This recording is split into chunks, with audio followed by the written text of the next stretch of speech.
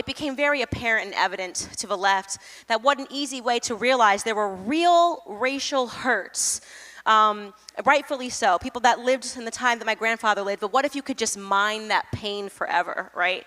And keep saying to Black America, look, you are still not doing well in society, and so it's because of white people. And of course, it's so much easier to say, yes, it's white people.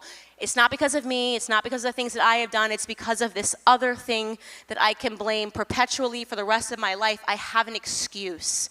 The left has understood how desperately as human beings we want an excuse for everything because personal responsibility is hard, right? It was hard for me to become personally responsible, to look myself in the mirror and say, hey, guess what?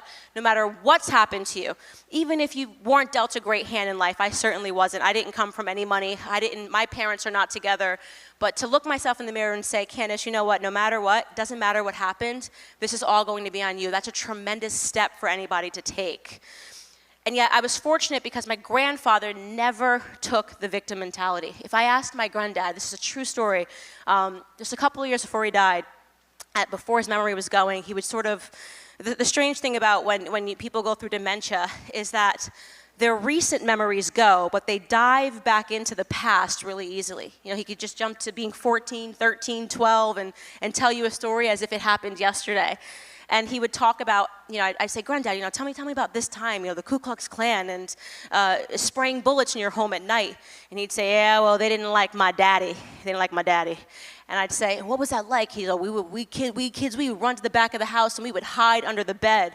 And then, I'm not even kidding you, a smirk came across my grandfather's face, and he said, and my daddy grabbed the shotgun and shoot back at them boys. Proud as anything. Boys, diminished them, just completely like the smallest little thing, a Klan member, nothing. My daddy, like it was fun, like, you know what I mean, like, you know, the way he said it made it sound, he just had so much pride. And I thought to myself, wow, imagine seeing yourself as so little as a victim. That's such a terrifying memory. Me listening to it secondhand terrorizes me, brings pride to you, brings pride to your face, brings a smile across your face all of these years later. And I would see this in my grandfather growing up, and I wanted that sort of strength without even acknowledging it. As a little girl, he was quietly seeding my brain with understanding that he just never took the victim mentality. Never once, ever, did my grandfather, while we were growing up, ever say anything bad about white people. It just wasn't a thing. It wasn't a thing in our household. In fact, if you would ask him about those times, and Granddad, you know, tell us about, you know, when segregation was happening in North Carolina, you know, he would just say, oh, baby, it was a different time. And he would say, you don't listen to any excuses. My grandfather just didn't believe in this idea that we were all determined by our past, and that's why he got ahead. That's why when my grandfather died, that sharecropping farm that he worked on, he became the owner of. He died, he built his retirement home on the sharecropping farm, right? And so what excuse did I have? How could I look at myself, right? When the time came, even though I tried it in college, I experimented with it, of course, liberalism, yeah, everybody sucks, because you're white, it's because you're a man, you know what I mean? It's the reason I can't get ahead. You know, it's very fun to experiment with for a few months, but it's not gonna help you get ahead in life.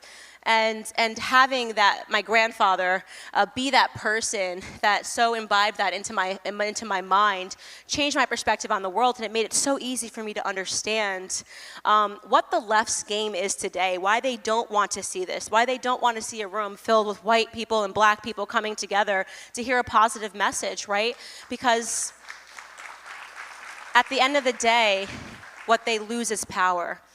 If I can make you jump because I say to you, well, you know, this person's racist, and you, oh my God, I'm terrified, so I can control your actions. I can say the way that you're gonna defeat racism is you're gonna vote for this guy, right?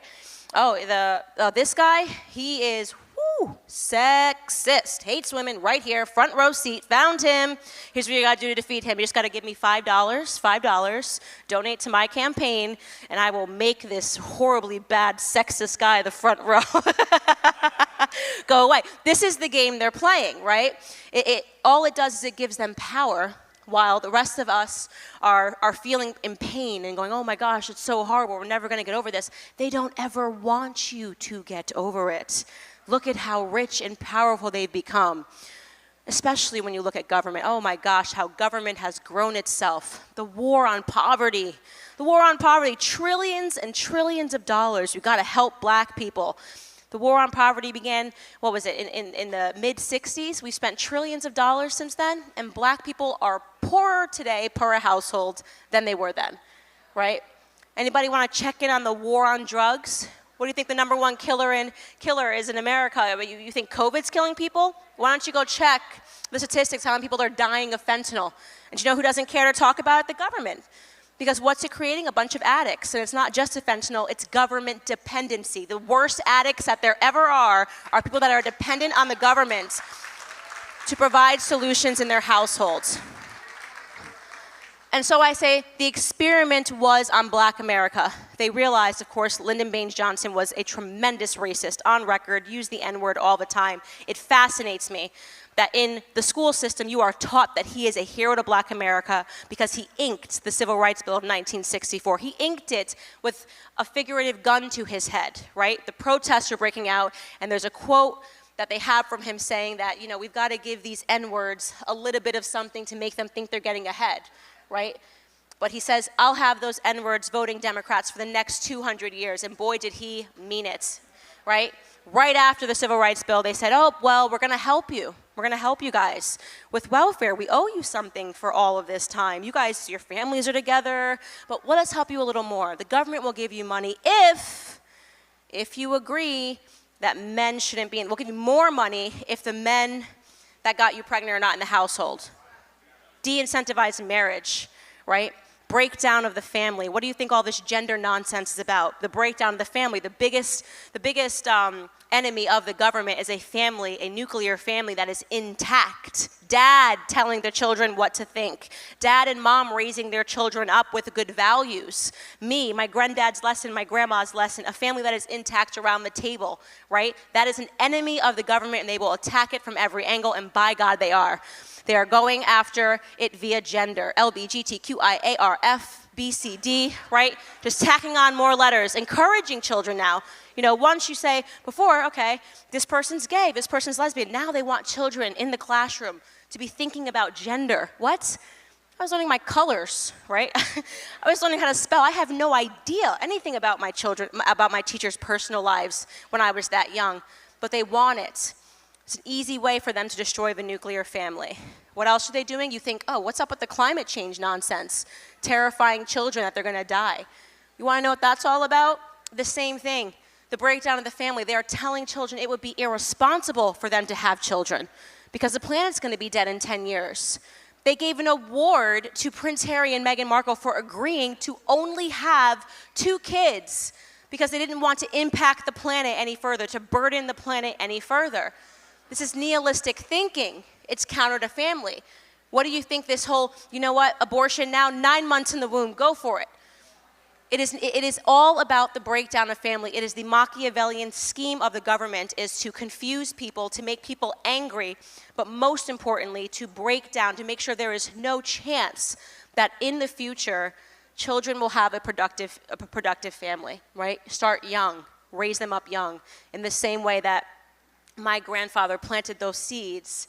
And at the end, even though I went a very liberal route back to conservatism, I came back to the beginning because I realized something was working in that household.